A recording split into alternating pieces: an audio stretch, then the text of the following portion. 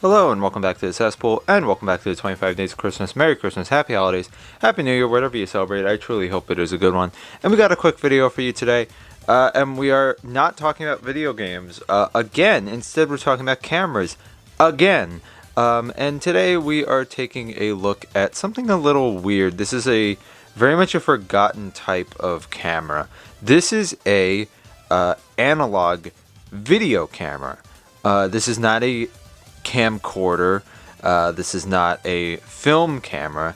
This is a analog video camera.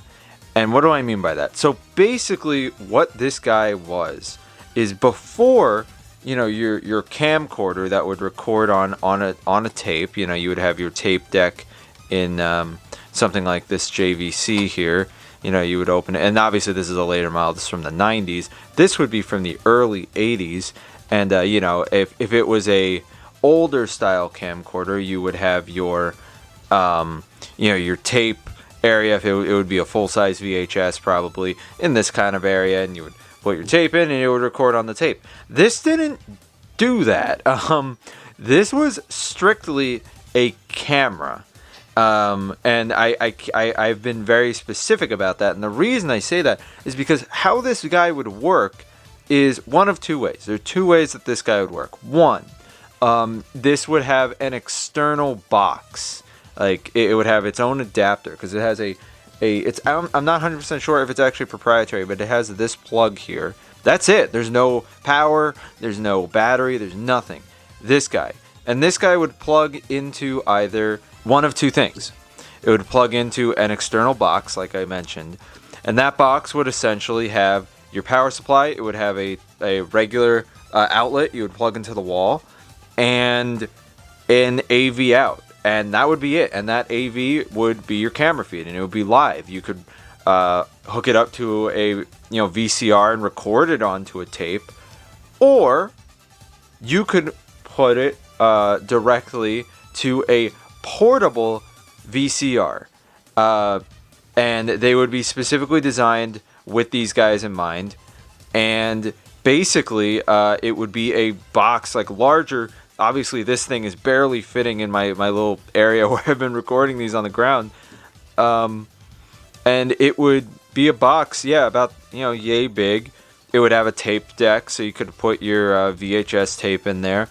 It would run off of like D batteries or something, and this would plug directly into that. That would give the camera power, and it would record onto the VHS tape from there. And it was such a large thing that you would actually wear it almost like a purse, like a woman's purse, where you would hold it over your shoulder.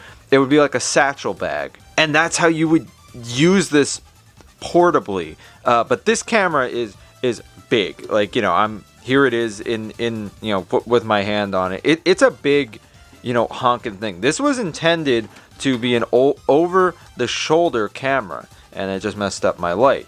You would flip this guy down, and you would put this on your shoulder, and you would hold it over the shoulder with your eyepiece here.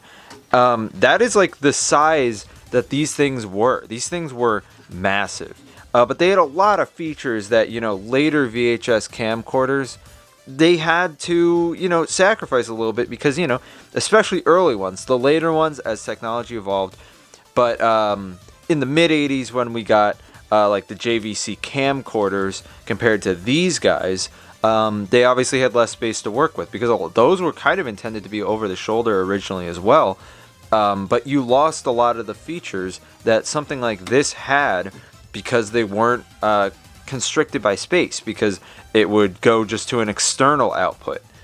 And so there were tons of, the lenses had a lot of manual as well as autofocus features. You could manually and auto adjust the macro and aperture and all that fun stuff. Or the camera could, this one in particular, this Panasonic, could do that itself, and it's very, very fascinating to watch. Now, I don't have the VHS, the portable VHS like recorder, the VCR. I don't have that, but I do have the box, that first thing I mentioned. It's basically a power supply.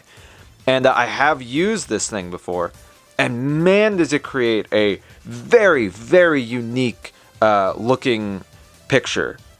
And now, admittedly, my method of doing this is not great. It was basically I had the AV out, then go to a AV to HDMI converter, which then went to a not so great capture card, which then went into my computer. So the image quality was not amazing, but the style of it was really, really cool.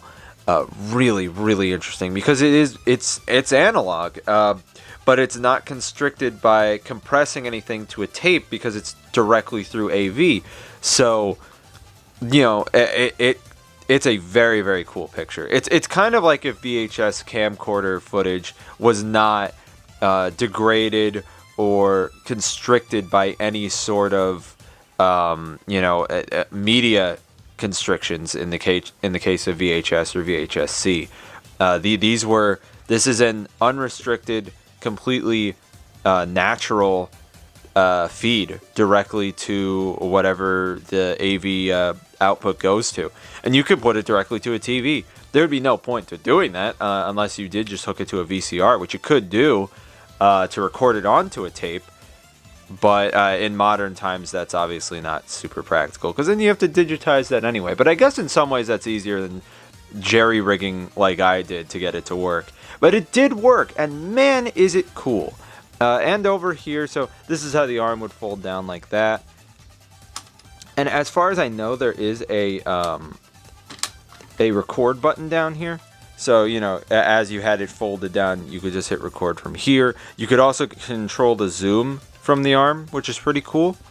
And this guy, I'm pretty damn sure, yes it does, has, if this would open without me breaking it, a full damn keyboard. And this is obviously for titles, which, you know, a lot of camcorders ended up doing later in their life.